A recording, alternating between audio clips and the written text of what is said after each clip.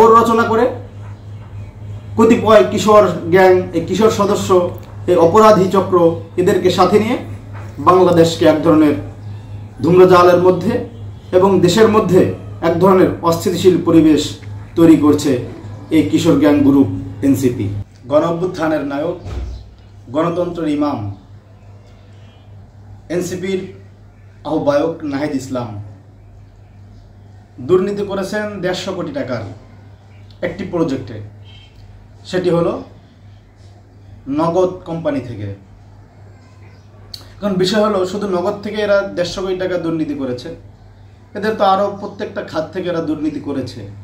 আর যেহেতু সে তথ্য সম্প্রচার ডাকটেলে যোগে ছিল, এখান থেকে তো প্রচণ্ড পরিমাণ দুর্নীতি করার একটা সুযোগ আছে। নাহিদ ইসলাম অবশ্য সেটি ভালোভাবেই রপ্ত করেছেন।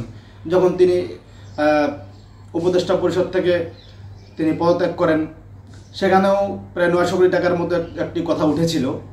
কিন্তু মূল বিষয়টি হলো, প্রকৃতির যে একটা নিয়ম, আল্লাহ তাআলা বলেন, যদি কোনো ব্যক্তি অপর কোনো ব্যক্তির উপরে মিথ্যা অপবাদ দেয় বা আরোপ করে, তাহলে ওই যার উপর আরোপ করা হয়েছে সে যদি সেই কাজটি না করে, যে ব্যক্তি আরোপ করেছে আল্লাহ তাআলা শাস্তিস্বরূপ তাকে ওই কাজটি করিয়ে নেন। ছাত্রলীগ যখন আমাদের গণ অধিকার পরিষদকে বিকাশ পরিষদ বলতো, বিপিনুল হক নূরকে বিকাশ নূর বলতো, তো আমরা এটাকে স্বাভাবিকভাবেই নিতাম যে ওরা অপপ্রচার বা প্রপাগান্ডা চালানোর জন্য এটা নিত বা এটা বলতো। কিন্তু এখন যখন দেখলাম যে এনসিপির এই কিশোর গ্যাং যে সদস্যগুলো, এই কিশোর গ্যাংরা যখন এগুলো বিকাশ নূর, বিকাশ পরিষদ বলে, তখন আমরা খুবই আশাহত হলাম যে এদের কাছ থেকে তো আমরা এটা আশা করি নাই। কিন্তু প্রকৃতির কি বিচার! নুরুল হক নূর কি করেছেন? 2019-20 সালে কেবল সংগঠন শুরু করেছেন।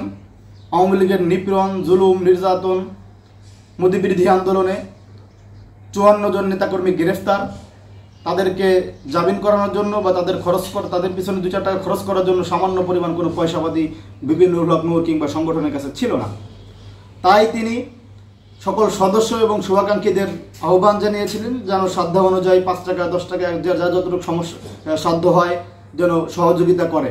তা একটি বিকাশ নম্বর এবং একটি নগদ নম্বর দিয়েছিলেন। সেখান থেকেই ছাত্রলীগের সেই প্রোপাগান্ডা শুরু। সেই প্রোপাগান্ডার এখন দায়িত্ব নিয়েছে এনসিপি ওই কিশোর গ্যাং সদস্যরা। আজকে তারা যে মিথ্যা অপবাদগুলো বিপিনুল হক নূর ও গণ অধিকার পরিষদকে দিল, আজকে প্রকৃতির সেই বিচারে নাহিদ ইসলামের উপর আল্লাহ তাআলা সেটা করিয়ে নিয়েছেন। প্রকৃতি সেটা করিয়ে নিয়েছেন সরাসরি। নাহিদ ইসলাম নগদ থেকে 150 কোটি টাকা দুর্নীতি করেছেন তার পিএস বা পিও এর মাধ্যমে। তো আমরা আশা করি আপনারা বুঝতে পেরেছেন যে রাজনৈতিক নিজেদের অবস্থান তৈরি করার জন্য অপরকে শুধু শুধু ঘায়েল করার যে একটি অপচেষ্টা, এখান থেকে আমাদের বেরিয়ে আসতে হবে। আমাদের খুব কষ্ট লাগে, এই গণ অভ্যুত্থানের যে নায়ক, তিনি গণতন্ত্রের ইমাম, তিনি নাকি আবার আগামীর প্রধানমন্ত্রী। তো তার যে কার্যকলাপ, গণতন্ত্রের ইমাম তো দূরের কথা, ওই কিশোর গ্যাংয়ের ইমামটাই হতে পেরেছেন। এদের প্রত্যেকটা নেতা কর্মী, গতকাল রাতে একজন গ্রেফতার হয়েছে, এনসিপির নেতা, এনসিপির একজন সংগঠক, সেনাবাহিনীর গাড়ি দাঁড় করিয়ে চাঁদা দাবি করেছে। সে জানতো না যে এটা তাদের গাড়ি, সেনা কল্যাণ সংস্থার।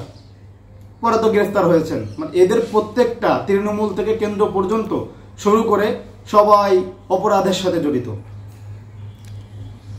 মানুষের যে আশা ছিল, এই আশাকে ধূলিসাৎ করে, সে আকাঙ্ক্ষার কবর রচনা করে কতিপয় কিশোর গ্যাং, এই কিশোর সদস্য, এই অপরাধী চক্র এদেরকে সাথে নিয়ে বাংলাদেশকে এক ধরনের ধূম্রজালের মধ্যে এবং দেশের মধ্যে এক ধরনের অস্থিতিশীল পরিবেশ তৈরি করছে এই কিশোর গ্যাং গ্রুপ এনসিপি।